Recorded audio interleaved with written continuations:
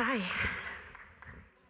It's funny, my talk is about fear of failure, and I've spent the last 2 days with my stomach in my heart. So bear with me. Momentum. I love that theme. When we think of momentum, we usually imagine an arrow blazing forwards in a straight path to a predetermined goal. Especially us women, we're always feeling pressured to make sure that we have a goal and that we have a plan on how to get there. But I have discovered that in nature and in life, growth and forward movement is very complex. For me, it has been a series of failures, successes, frustrations, learning, and aha moments. It has empowered me, and so today I want to talk to you about how aha moments have helped me to reframe and to chip away at my fear of failure that was implanted in me from pretty much the day I was born. If you remember watching any baby, we come into this world with grit, right? If you watch any child, any baby trying to roll over, stand up, I remember when my son was young, I was like, no, don't walk yet, right? I was afraid I was gonna have to trail after him everywhere. It is innate. It is part of our nature. So how is it in such a short period of time that innate quality becomes a freezing, debilitating sense of failure, fear of failure? I am a Korean American. I was born in Korea, and my parents were one of the first Koreans to emigrate to America, and because they didn't have the resources to bring me right away, they left me in Korea until I was 5 years old. So my first sense of failure came from, I must not be good enough because my parents left me. And then when I was at 5, I arrived in New York and told, these are your parents.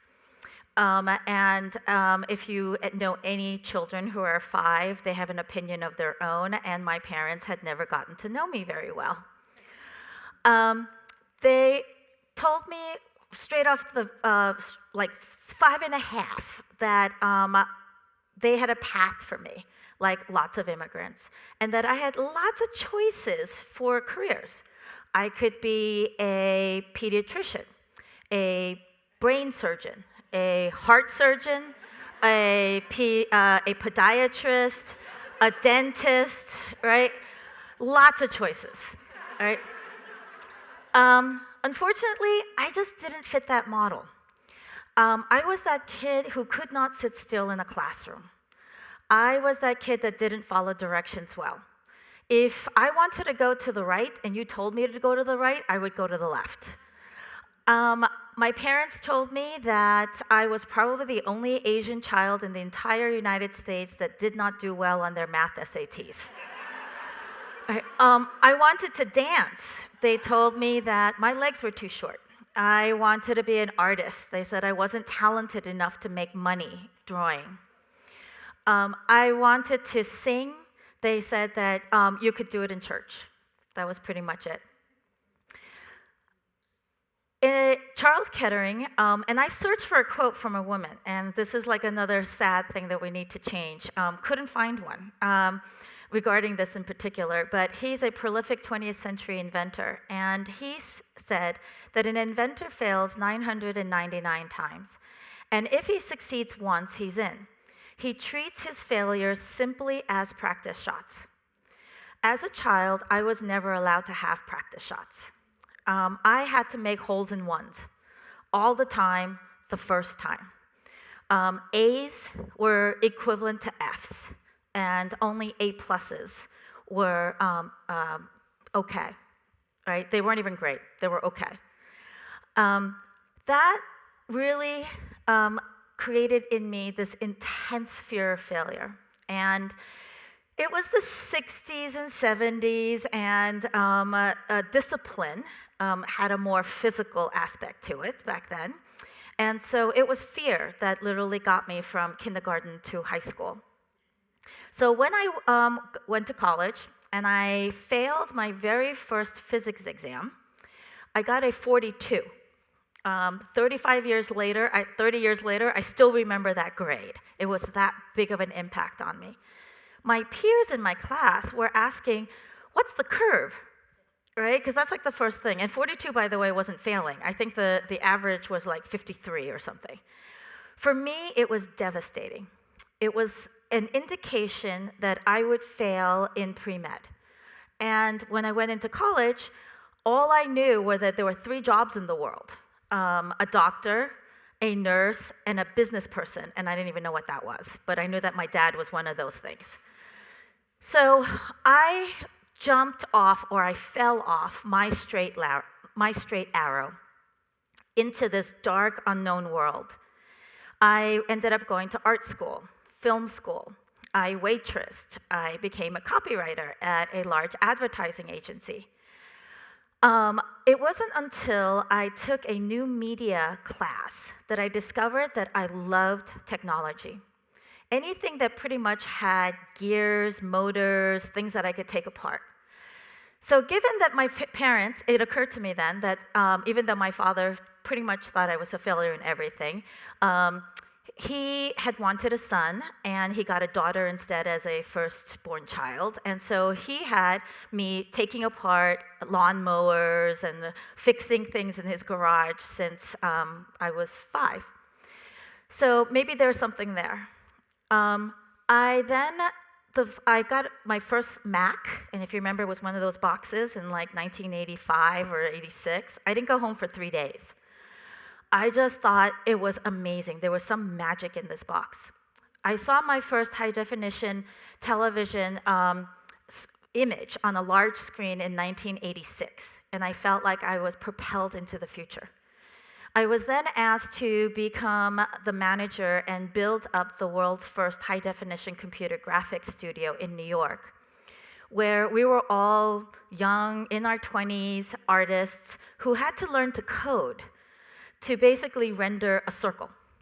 And so there was no internet, there were no YouTube videos, there were no instruction manuals, no GitHub, no Wikipedia.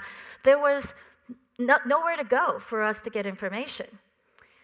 Interestingly, it gave me permission to play. There was something about new technologies that allowed me to overcome my fear of failure because we were all failing together. There was no precedence, there was no right way, there was no wrong way, there was just some way.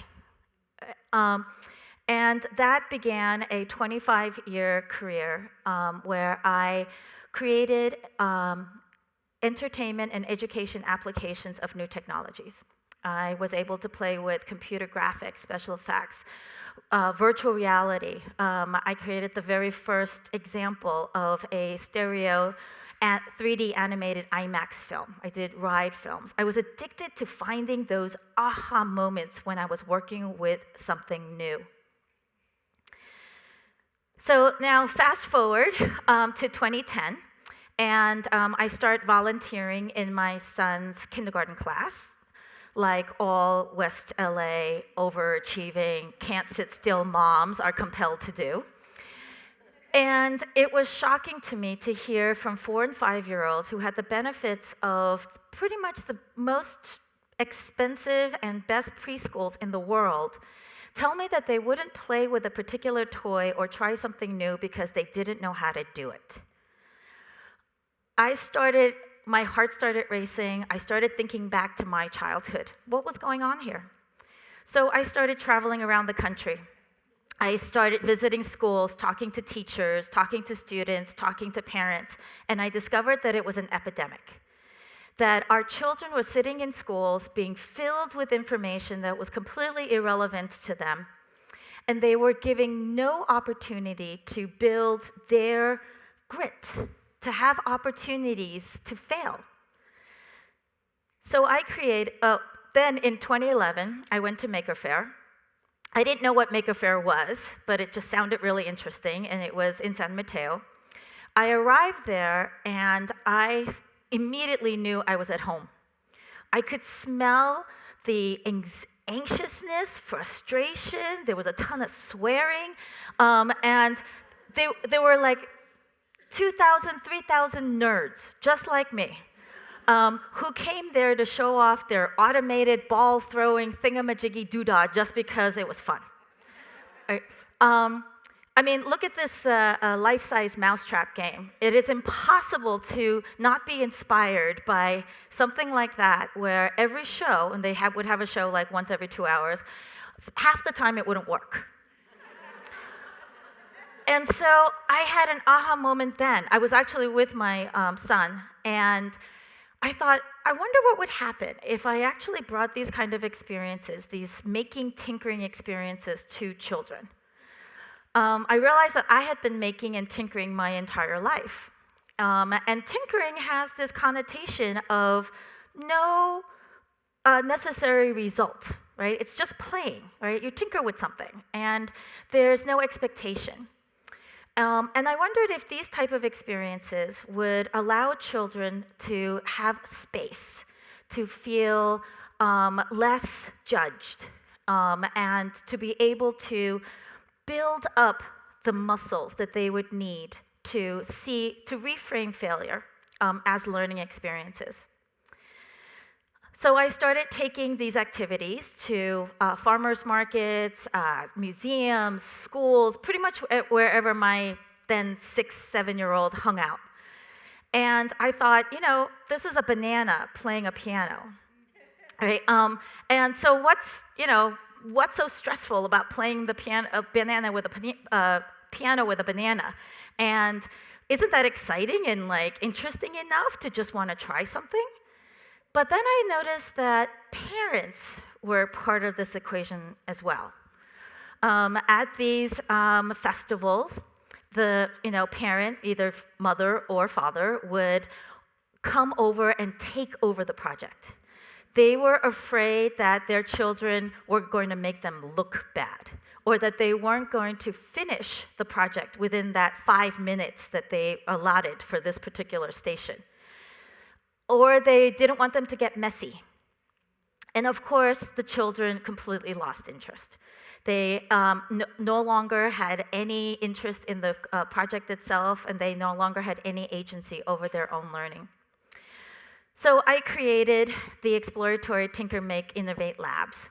And into it, I poured 3D printers, laser cutters, conductive thread that allows electronics to be sewn into fabric, woodworking, stop motion, wire, clay, sewing machines, cooking classes, and of course, woodworking, where we could build roller coasters that we can ride ourselves.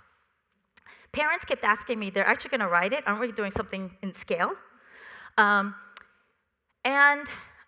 one interesting thing, many interesting things came out of this experience, but one interesting thing was how girls connected with technology.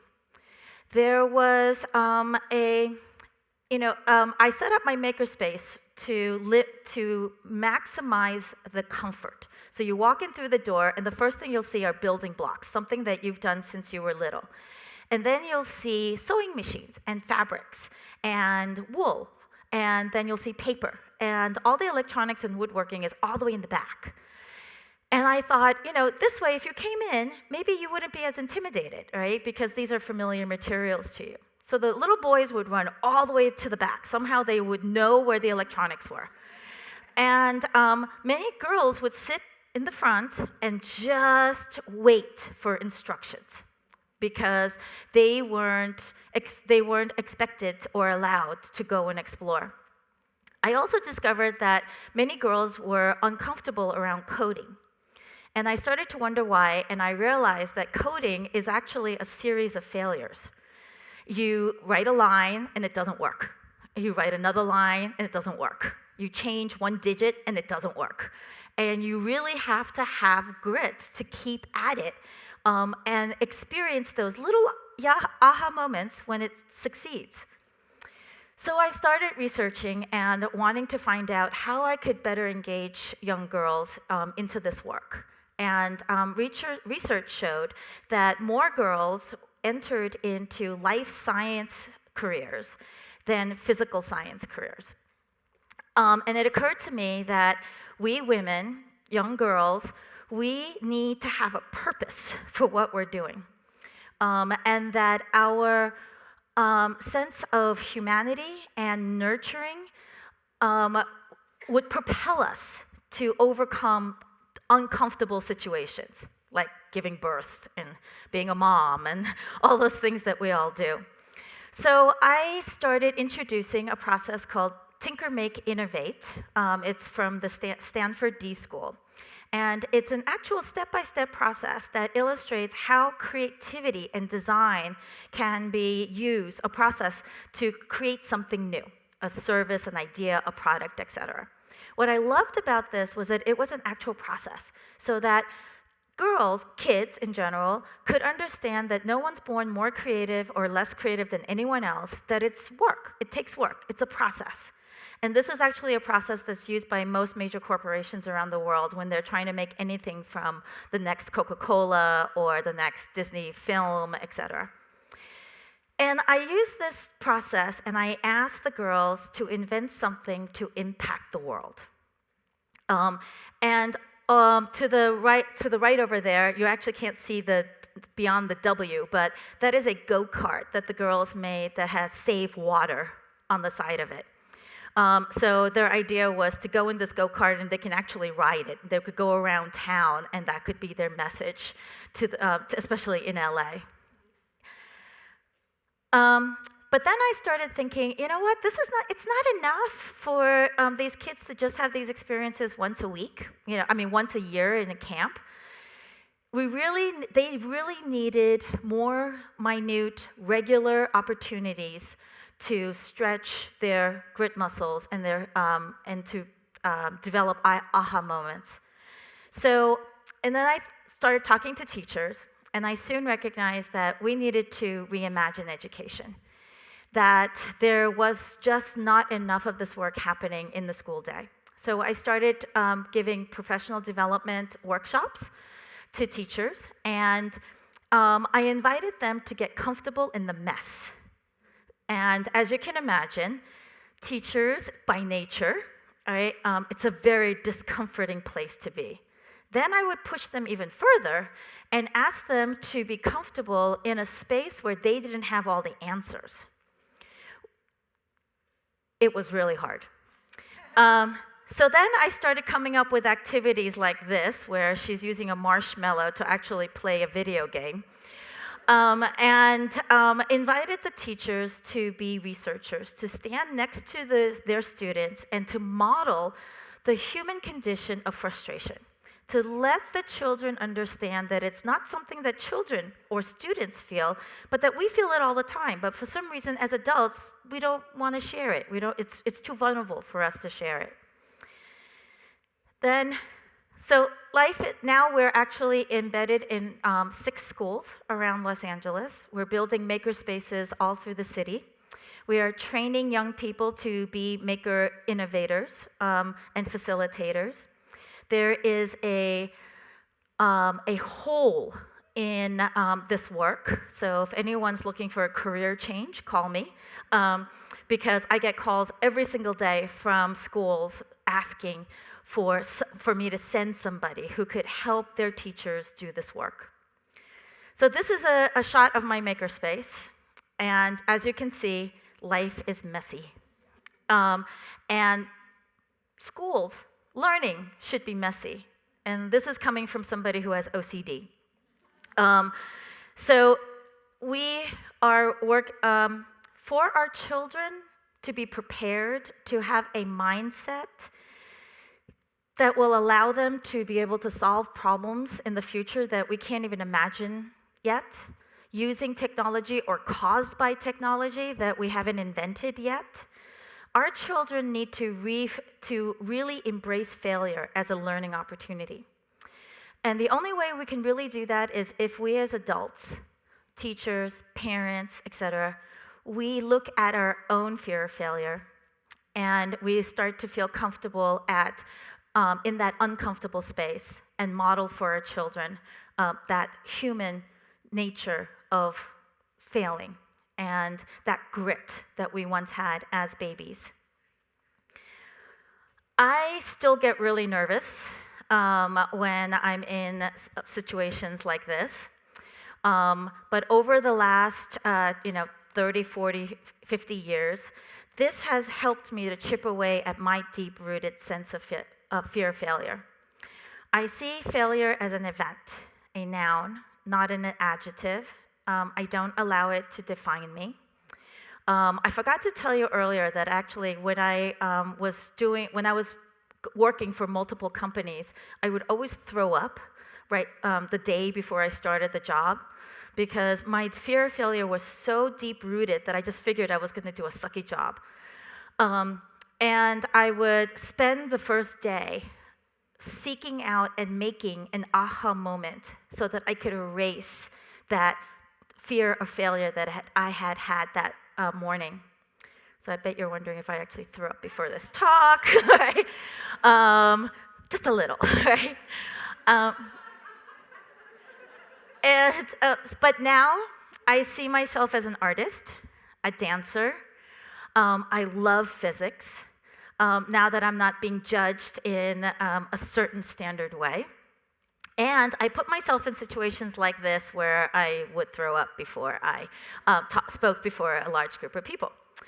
And just to let you know, I had a really hard time being able to draw because of all those seeds of you can't do it that I had as a child. So I've been searching for things that would allow me to be creative without necessarily a pen and a pencil. And so this is one of those things where using conductive thread, which is in the back here, right, and a coin cell battery, we can add LED lights to fabrics. So this has been my journey. I hope that you will embrace failure and chip away at your fear of failure and model that in front of all the children that you know. Thank you.